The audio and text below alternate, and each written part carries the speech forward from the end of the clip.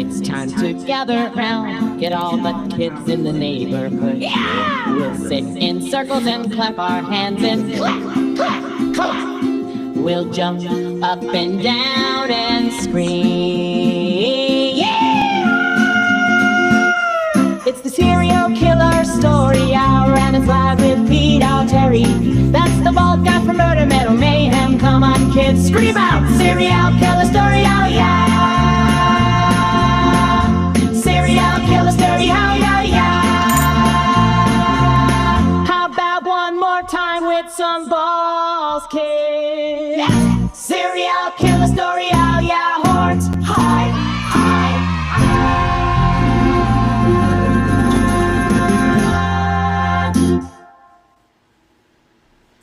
What's up, everyone? Welcome to the live.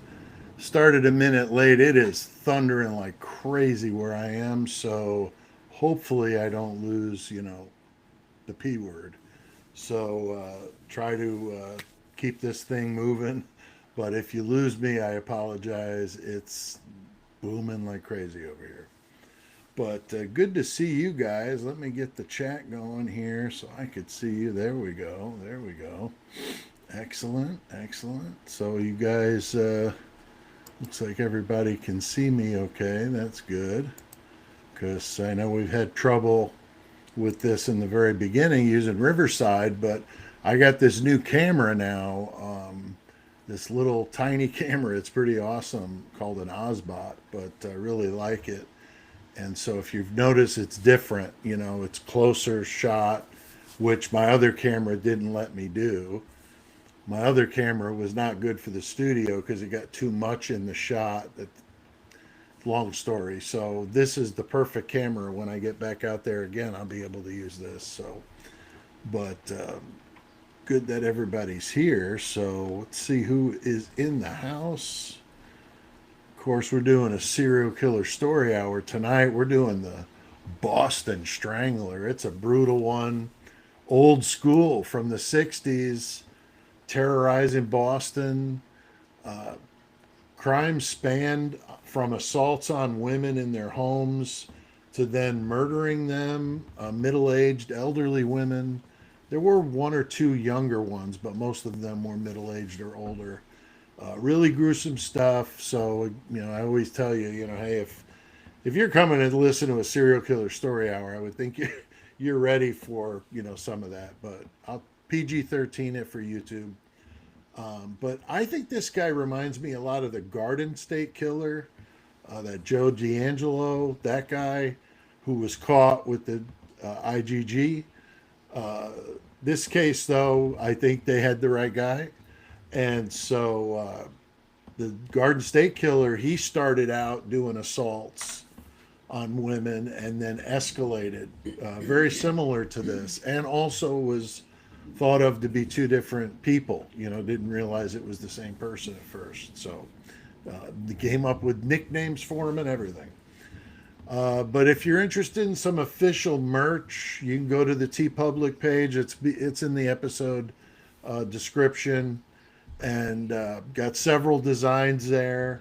Also have an alternative site. I refer to it as our official bootleg Murder Metal Mayhem, the Deathany design that was taken down from our main merchandise page, not by my doing, believe me. And then they also did the same thing with my Frozen Shock Phase shirt. So that one I need to put on the bootleg site, but for now it's not available because they took it down. But I can try to add it tomorrow, and then this way, if anybody wants one of those, I have the Deathany, the Dinocchio, and the Frozen Shock Phase will be on there too.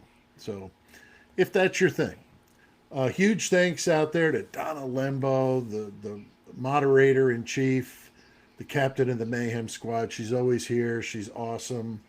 And she's from Jersey, so she's not playing around. So no nonsense today. If there's any of that, we're just going to take you out of it, okay?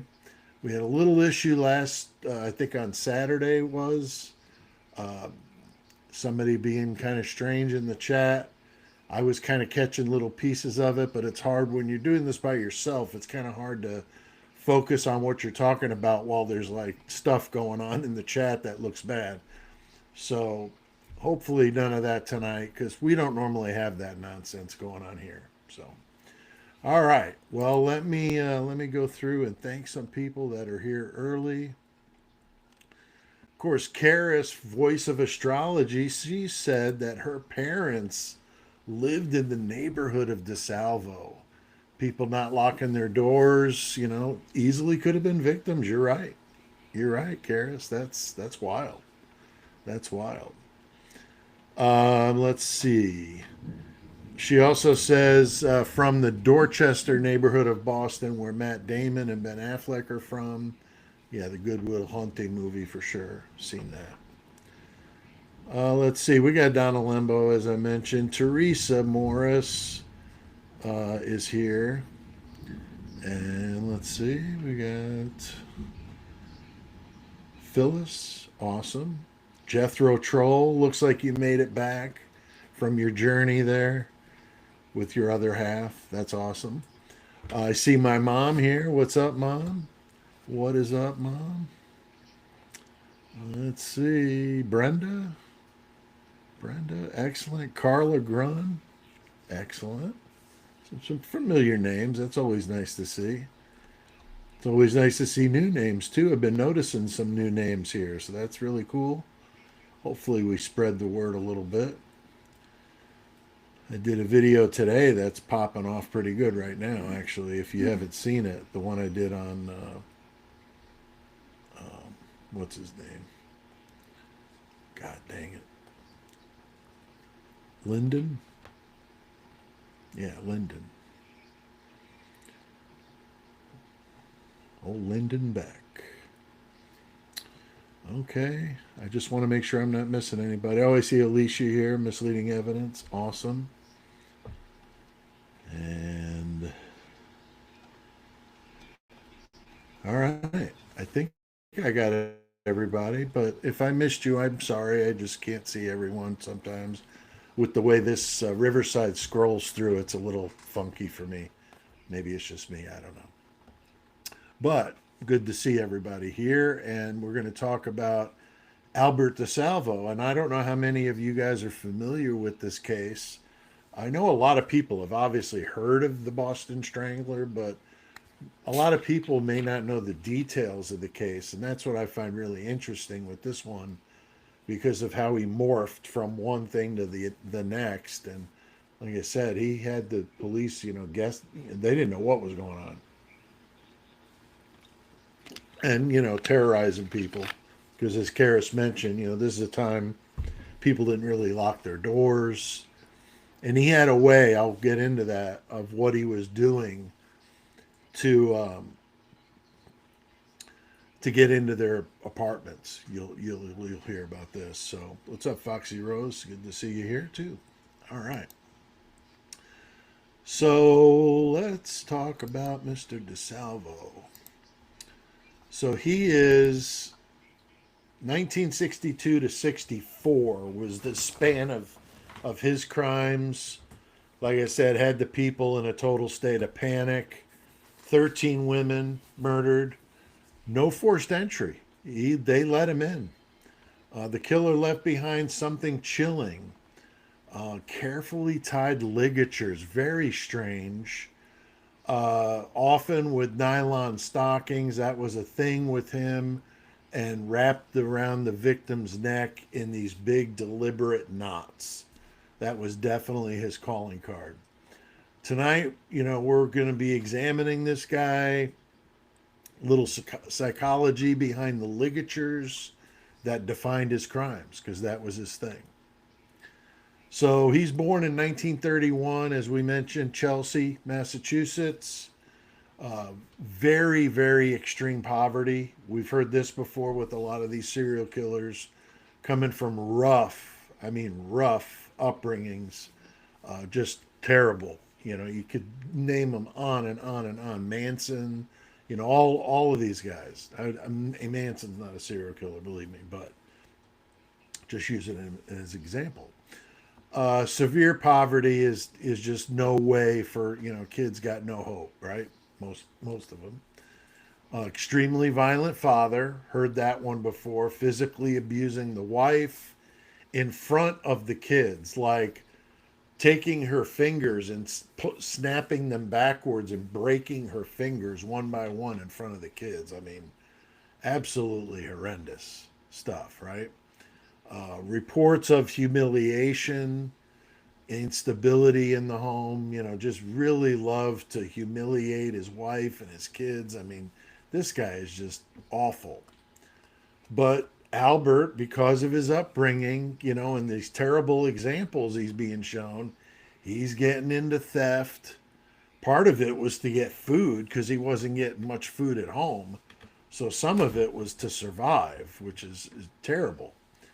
He's getting into breaking and entering, hanging out with some bad people. He also gets into some sexual misconduct as a teen, and so he's in and out of reform institutions. So again, this is a familiar path that we see, these escalation of the crime, starting out as petty thieves, and then it builds from there. So this domestic violence and the humiliation part of it, and that power, he saw the power that his father had over everybody else. And so that's a kind of a warped way for him to think that that was, like cool, or that was like the way you're supposed to be as a man type of thing. He joined the army. I hate to say it, being an army vet myself, but yeah. And the fact this guy's Italian, that really upsets me. So I got an Italian in the army, not good. But he enlisted in 1948, served in Germany, court-martialed once, no surprise there. Generally, was able to kind of keep in line, but, right on the fringes. Gets discharged honorably in 1956, so he did 8 years, and then re-enlisted briefly, but then returned to civilian life. So not sure what happened there. But once he's back in Massachusetts, this sexual crime stuff and that behavior is just, it's building and it's escalating. There's been a lot of these serial killers I've talked about that are served in different branches of the service. And it's been questioned of, where were they when they were stationed places, and were there, unknown, murders that happened and maybe could be attributed to them while they were there. And that's happened. So a very interesting way to look at it. Kind of like with Rex Heuermann, how they're looking in different places that he used to frequent, like Vegas and wherever else he was going. So, but he's back in Massachusetts now. Now he starts out, and I always, used to joke on the podcast, or we used to joke on the podcast about the names that the press comes up with that are just really dumb. Like you couldn't have come up with a better nickname for this guy than that. Like the famous one we used to laugh about for Richard Ramirez, right? The Night Stalker dude. They were, one media outlet was referring to him as the screen door intruder, which is just the most ridiculous thing. So this one is a close second to that, and it's the Measuring Man. The Measuring Man. Late 1950s, poses as a talent scout. This is right out of the pages of another serial killer, the Glamour Girl Slayer, who used to go out and do the same thing. He had business cards, had a camera. The Glamour Girl Slayer was in the L.A. area, so you had women from all over the country, all the world were going there to be stars. And so he's there, with the camera, looked official, nerdy guy with glasses, and he's tying him up, and then he tells him, I'm gonna kill you. And he took their pictures like when they were freaking out, and that's what he kept. And then he killed him and dumped him out in the desert. Yeah. So this guy following in the pages of that, which would have been around the same time. So that's interesting. So yeah, he's telling women he's a talent scout. So he goes through the door, knocks on the door. This was a time, people did that. Door-to-door sales were very common. And, women that were at home at the time opened the door, and he would immediately know if he was interested in this woman to want to pursue her as a victim. So he would start his thing. And if it wasn't, somebody he was interested in, he would just say, "Oh, I'm sorry, I've got the wrong apartment," and he would move on. So he measured their bodies. He would usually have them change into like a leotard, and then he would do this. And of course, you can only imagine this guy's perverted, so he's probably groping them and everything else. And then he gained, a gratification through deception and, being that close to them. But at first, there was no violence, just the measuring and all that. So he starts out as the measuring man, and these calls are coming into the police because they kind of got a creepy feeling about the guy. And so there were calls. So they were getting calls about this, and then that's where he got that nickname. Then he morphs into the Green Man, also another pretty lame name for a criminal.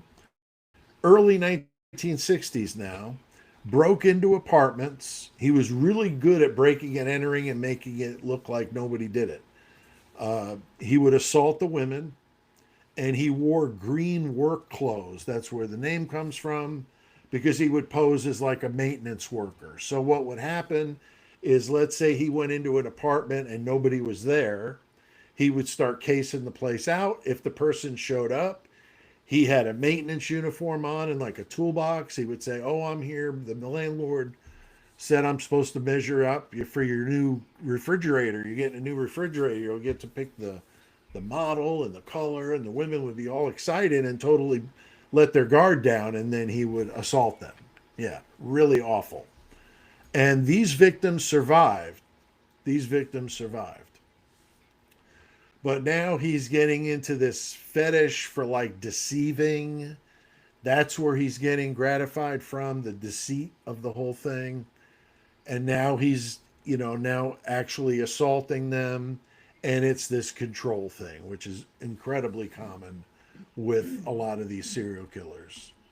So he's got this fascination with the ligatures, as I mentioned, the nylon stockings. One of the most chilling elements of the Strangler murders was the use of ligatures. And a ligature is, of course, any cord-like material used to strangle someone. Could be a rope, a cord, a belt, fabric, a stocking, anything like that. In the Boston Strangler case, the killer used victims' own nylon stockings, sometimes tied in a neat bow and left displayed on the body. Again, he's doing this for the control of it, the domination, the symbolism of what he's done, and the fetish that he had. Stockings in the early 60s were very common. Women wore these, every day. So this would have been a readily available thing that he would have been able to find in any woman's house. They were strong, stretchable, easy to tighten, unlikely to break, and immediately accessible. And that, of course, made them, practical and, for him, intimate. So how common was this at the time? Well, it was, a thing with assaults with the ligatures, and with him doing the knots, that was obviously very unique. Most domestic homicides at the time would have been blunt force, firearms, or knives. Strangulation was more commonly associated with more intimate crimes, so the sexual deviance, and again with the control. So he was really into the whole process of it, the process killer, kind of like BTK was. So the 13 victims, ages 19 to 85, which is nuts. There's a 19 and a 21-year-old, 20, and all the rest of them are 55, 85, 65, 68, 75. Looks like the 75-year-old was the oldest one. So what a piece of garbage, 13 victims. Early victims were elderly. Later was young women, which is strange. It's usually in the reverse. Like with BTK, he started with the younger victims, and as he got older, the victims were older because he just couldn't physically restrain a younger person like he could, prior. Because he had a long latency period before he resumed in, later on and when he got caught. So again, no forced entry, really good at breaking in. He was doing it since he was a kid. And, the age shift was one reason some investigators thought that maybe it was more than one, like a copycat. They thought it was strange that all of a sudden he's, going after the younger ones. So maybe there was some, you know, there's people that don't believe DeSalvo did this. We'll talk about it. So he's arrested in 1964, but for assault, not for the murders yet. He confesses, though, to being the Boston Strangler while he's being interrogated. There's certainly not an interrogation like you would get in Moscow if you come from a wealthy family, but a much more up in your face like we're used to seeing in criminal interrogations. Confessions were relayed through a fellow inmate, George Nasser, and there's some people that believe Nasser was the Boston Strangler, and he convinced DeSalvo to admit to it for some reason. Provided, very good detail about the crimes, but then there were some where he was way off. So that's why there is some suspicion that maybe he wasn't the one that did at least all of them. And so there's been a lot of back and forth about this guy. No physical evidence at the murders, nothing. Questions, about whether he sought notoriety or financial gain for his family. Those were things that they wondered why he was doing this. He was actually never tried for the Strangler murders. They only got him on all the other Green Man and the first one there, whatever that one was. So they didn't convict anybody of the Strangler murders, but they didn't feel they needed to because he was, they had him for life. They convicted him for life, so he wasn't going anywhere. And I think the state said, you know what, we don't need to put all these people through this. He's already in prison for life. Let's just leave it at that. And that's how it went. So, and there is a lot of debate about whether he did all the 13. We think, people think he did some of them, but there was maybe someone else. Maybe it was a copycat. I don't know. I'd like to see what you guys think in the comments. Now, very interesting. 1973. So he's been in prison, for a while, a short while, but he gets stabbed to death in his cell at Walpole Prison. And if I remember correctly, he was like in a single man cell, like with a locked door. So somebody let somebody in, kind of a thing. And it was right after he was on the phone with somebody telling him some information about something going on at the prison. And we know that they listened to those phone calls. And so that put a target on him. And then the next day was when he was found stabbed in the cell, dead. So definitely very interesting. That was it this dispute he had with an inmate? Was it some sort of organized crime hit? Was a shank, repeated shank, and nobody's talking most of the time in a prison, right? So they just left it as it was. Maybe better off that he's gone, and that's how he went out. But his brother, I saw him on a documentary, a younger brother. He said that he didn't believe that his brother did all of them, but maybe he did a few. But still, I mean, a few is horrible, right? I mean, 13 is really, really horrible. But whether the guy did 1 or 13, I mean, he's a piece of garbage, especially for all the other stuff before that.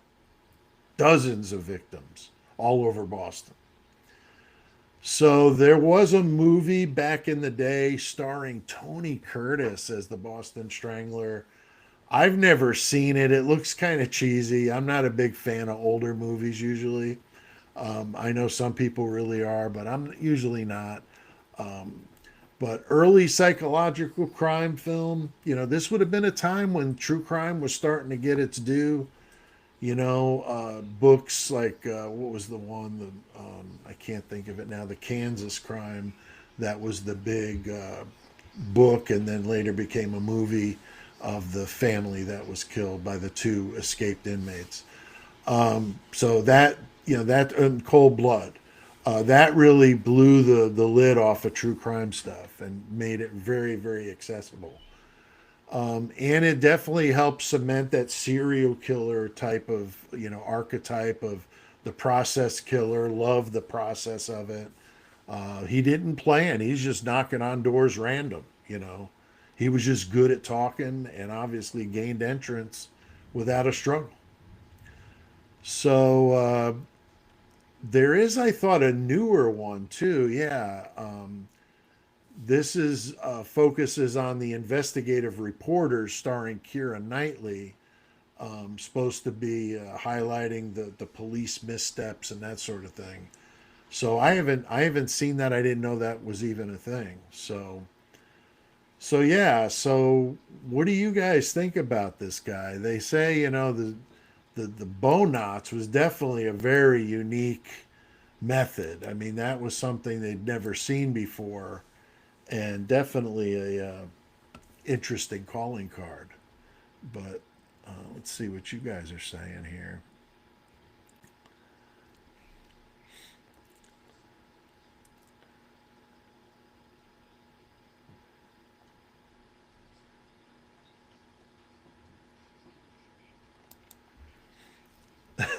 This one from Karis: if you're Moscow, or if you're from Moscow, your interrogation is a smile and a fortune cookie. With six, you get an egg roll. Yeah, for sure. What a joke.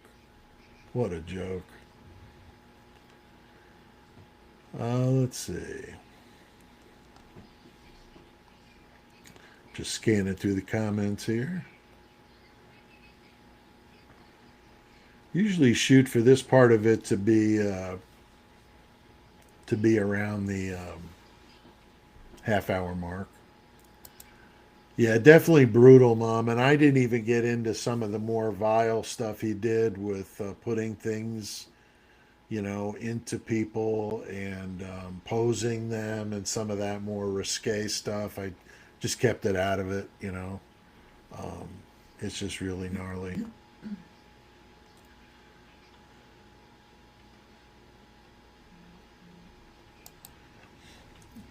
Teresa says, okay, we're into knots, huh? Yeah, he definitely was into knots, for sure. Him and BTK, I really think BTK was probably super into DeSalvo, I would guess. He was also into Harvey Glatman, the Glamour Girl Slayer.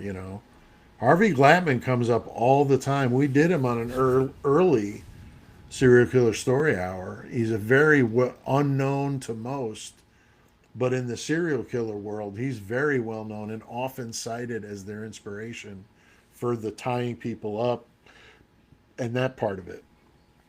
Taking pictures of them tied up. That was the big thing with him. Let's see.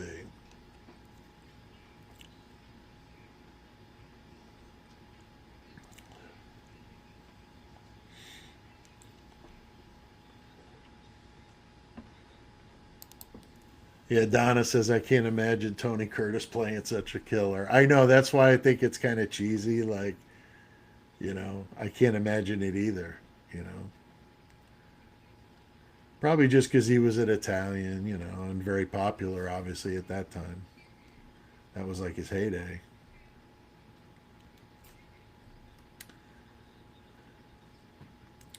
Okay. Well, very good. Yeah, I thought that was an interesting case, and especially with the changing from one to the other, kind of a chameleon, really, and very hard to, difficult to catch, especially at a time when the police didn't have all the things they have now.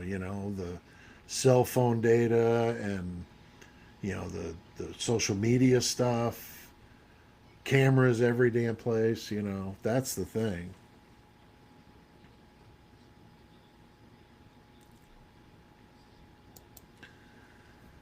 Foxy Rose says everyone in prison will be named eventually down the road. It's not optional, and other prisoners agree upon it as final. Brian has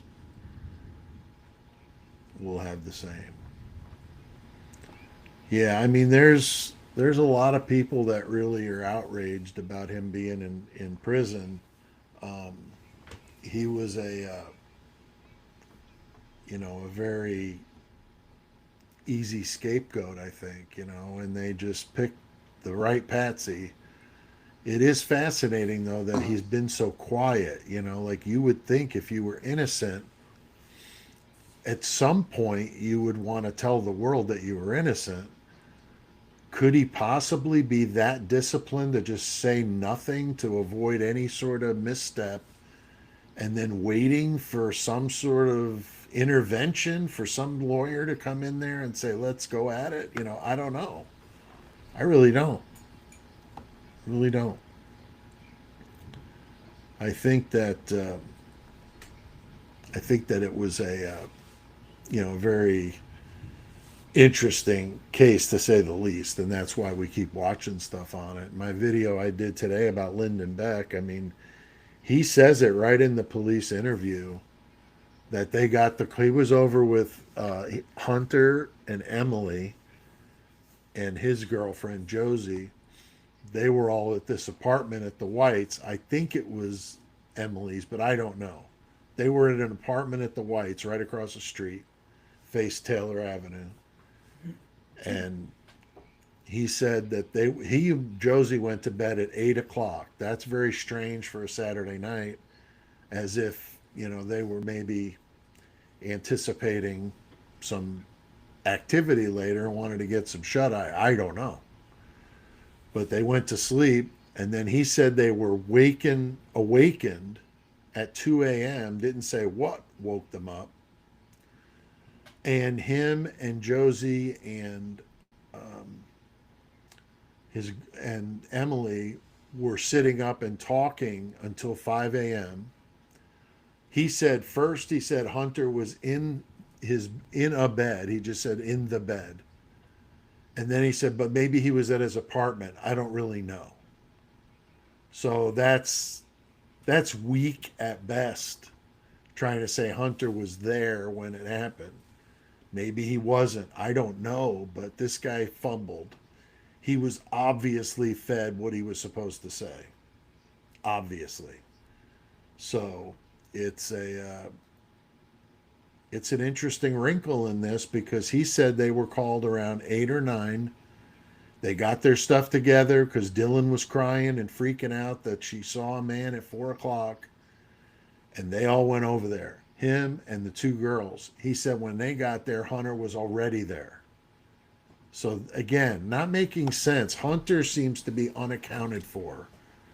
And this guy's providing the cover of he was in bed or maybe he was at his apartment. I don't know, he says. And if you watch my video, I play the part from the interrogation so you can hear it for yourself. It's no hidden stuff in the grass or nothing like that. It's just listening to this guy tell Mowry from MPD that they went over there around 9 o'clock. And if they were there that early, then that whole 911 call, we already know it's BS.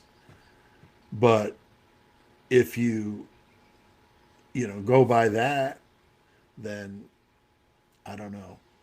It's so messed up. It really is. It's frustrating. And if they were there that early, then what the hell were they doing there? Were they just huddled up outside? No. Were they inside, like at the bottom of the stairs, just looking up there, wondering what was up there? I doubt it. Did they go upstairs and look around? You're damn right.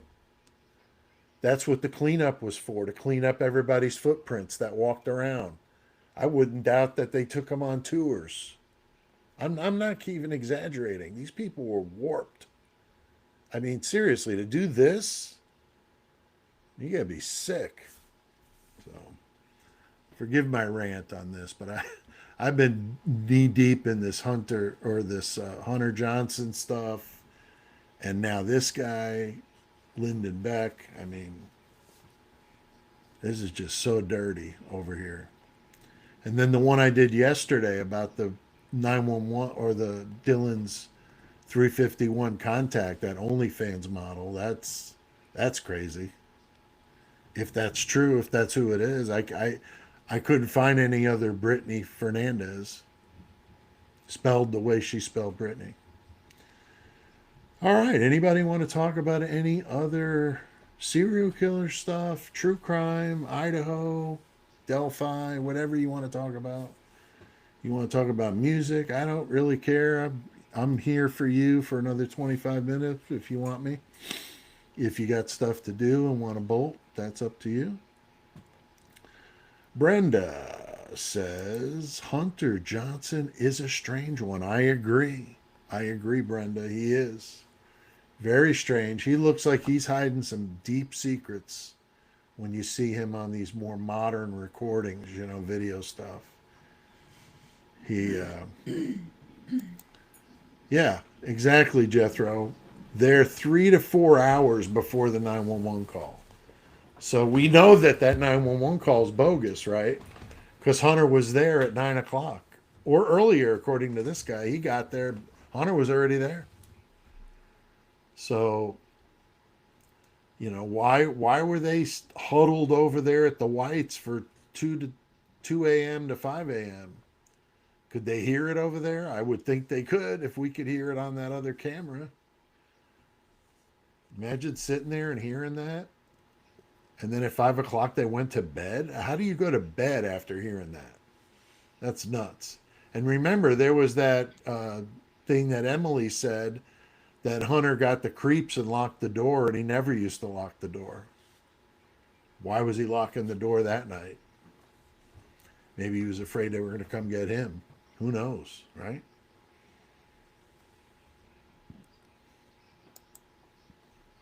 It's true, Donna. All these new people in Idaho coming to light. Now the Lyndon Beck stuff is not new.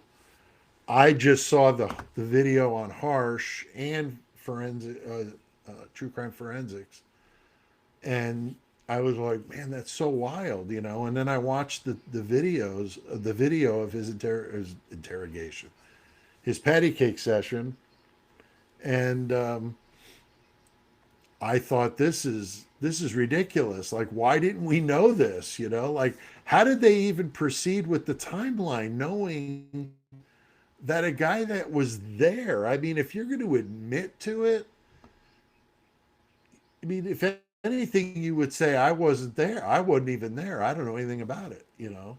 Here's this guy saying he was there at 9 o'clock. You damn right. He screwed up. I bet somebody was not happy that he said that, but what's going to happen from it? Nothing. That's what's frustrating. Nothing. I keep seeing it in the comments. Why aren't they arrested? Why don't they go arrest Dylan or this, that? It's not that easy, of course. They have to have evidence, evidence you could prove in court. Now, of course, in Idaho, they're playing all kinds of games, I think, with evidence, in my opinion. And that's even worse because now the deck's stacked against you, which it already is in a criminal trial, because they got all the money in the world to fight you. And you just got a public defender who's really on their team. So unless you got, money to be able to hire a lawyer, you're kind of screwed. And if you stack the deck even more against the criminal, now they don't have a fighting chance. That's why when people say, why did he plead guilty? Why the hell do you think he did? He didn't want to die. He knew they had tried everything. Hitler wasn't going for any of it, right? They were going to, do this and do that. He's like, nope, nope, nope. He's a conspiracy theorist and all this BS. And I'm sure they were like, look, we've tried everything. I mean, do you really think, we can beat them, if this is so stacked against you, they're going to put you in front of a firing squad. And we all know that'd take 20 years. So I don't know. It's so messed up.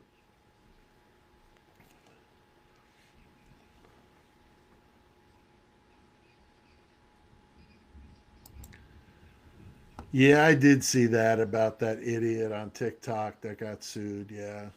She was stupid though. She kept doing it over and over and over again. Told her to stop, kept doing it, doing it, doing it, doing it. So, yeah. I got contacted by a sorority that told me to not talk about their members anymore. Kind of weird, came out of the blue. But yeah, that's pretty much it. I told them they made some accusations about what I had said or did, and I said, no, I don't know anything about any of that, using people's logos and stuff, and I wasn't doing anything like that. So it was kind of stupid, but I'm not going to, you know, put a stick into the side of the bear, right? I'm just going to leave it alone. All right, let's see.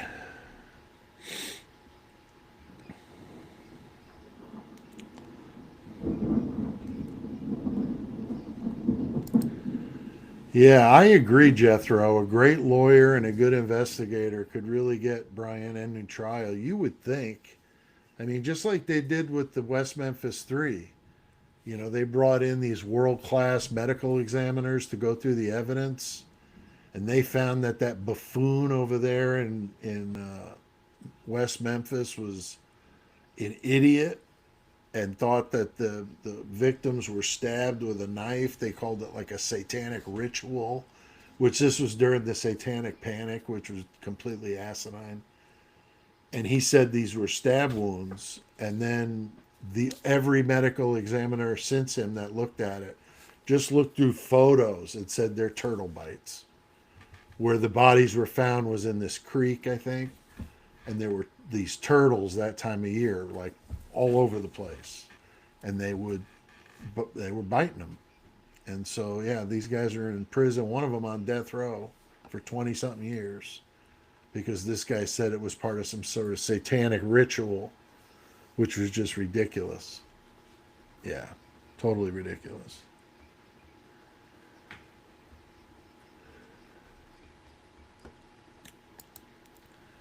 Yeah, definitely some thunderstorms. It's been doing this all afternoon and really banging pretty good with the thunder and the lightning both over here. So I'm thankful that everything's going okay, and we're we're through the main part of the live here, just kind of joking around. Yeah, turtle bites. All the victims had turtle bites on them, and nothing satanic whatsoever. And then they found a hair in one of the knots of one of the victims. And ironically enough, that victim, his stepfather, was the one who linked the hair by DNA to him. So he was the one that did it. And they believe he had somebody helping him. But he wound up going to prison for something else. And then I don't think he's alive any longer. So he was, I can't remember what his name was, but he was the one that was in the, if you watch any of the West Memphis 3 stuff, one of the fathers, this kind of goofy one, he was the suspect right in the beginning because he was just really weird and goofy. But then then that kind of changed, and then everybody was focusing on this other guy, the other stepfather. And yeah, it's messed up.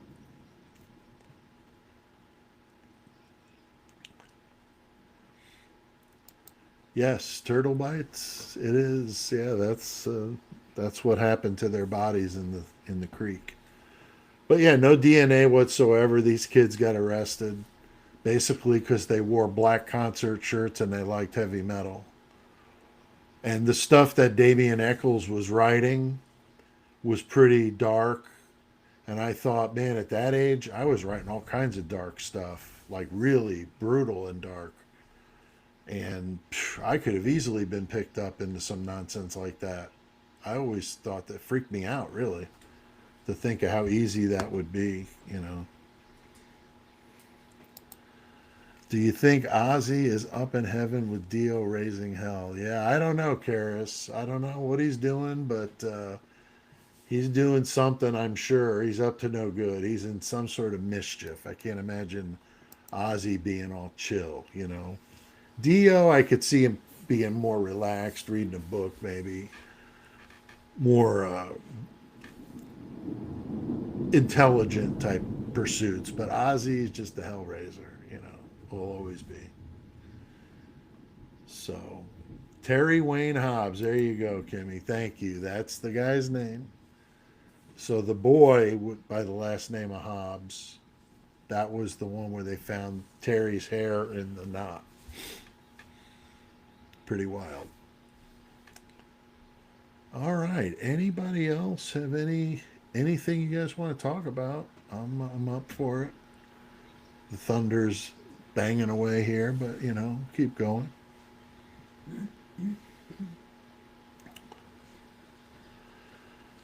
Next week, I want to do a serial killer. I don't know if any of you even heard of this guy before.